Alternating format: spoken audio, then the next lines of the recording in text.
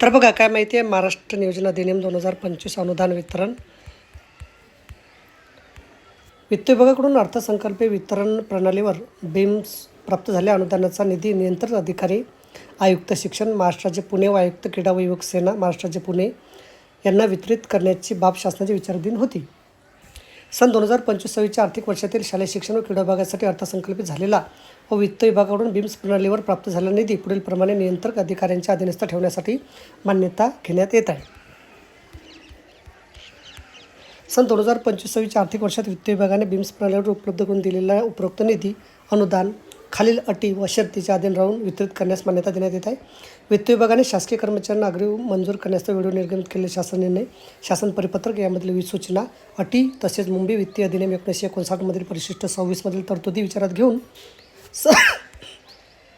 संबंधितांना अनुदेय असणाऱ्या किमान रकमेच्या मर्यादेतच घरबांधणी अग्रिम वितरित करण्यात यावा. यात कोणती कसूर होणार नाही याची दक्षता संबंधित नियंत्रण अधिकाऱ्यांनी घ्यावी. दिनांक 1 मे 2001 रोजी किंवा त्यानंतर 2पेक्षा अधिक अपत्य असणाऱ्या अर्जदारास दुसऱ्या वेळेस जुन्या जोडत्या अपत्याचा अपवाद वगळता अभिप्राय लाभ घेता येणार नाही. निधी वितरण करताना महाराष्ट्र अर्थसंकल्प नियम पुस्तिका व वित्तीय अधिकार नियम पुस्तिकेने उल्लेख केलेल्या नियमाचं पालन करावं.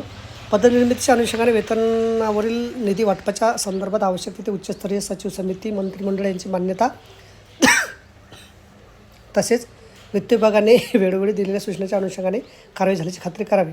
खाजगी स्वयंसेवी संस्थांना अनुदान उपलब्ध करून देताना वित्तीय अधिकार नियम पुस्तिका 1978 भाग 1 उपविभाग 1 मध्ये अनुक्रमांक 27 नियम 149 प्रमाणे सक्षम अधिकाऱ्याची मान्यता घेऊन अनुदान अदा करावं. जिल्हा परिषदेसाठीचे वेतन अनुदान त्यांचे अनुदान निर्धारण झाल्याशिवाय वितरित करू नये. विविध शासकीय प्रशासकीय संस्थांना तसे अनुदानित संस्थांना अनुदान मंजूर करण्यापूर्वी त्यांच्याकडून पूर्वी वितरित केलेल्या अनुदानाच्या खर्चाची उपयोगिता प्रमाणपत्रे विभागाने प्राप्त करावी. यापूर्वी दिलेल्या अनुदानाचा विनियोग पूर्ण झाल्याशिवाय पुढील अनुदान वितरित करण्यात येऊ नये. कोषागार अधिकाऱ्यांनी सहाय्यक अनुदानामधून निधी आरित करण्यासाठी सादर केलेल्या देयकासोबत संबंधित संस्थेचे लगतच्या मागील महिन्यातील बँक अकाउंट स्टेटमेंटची प्रत जोडलेली नसल्यास देयके पारित करू नये. तर बघा, अशा प्रकारे अत्यंत महत्त्वाची माहिती आपल्याला समजली असेल. व्हिडिओसुद्धा आवडला असेल लाईक करा, शेअर करायला विसरू नका. धन्यवाद.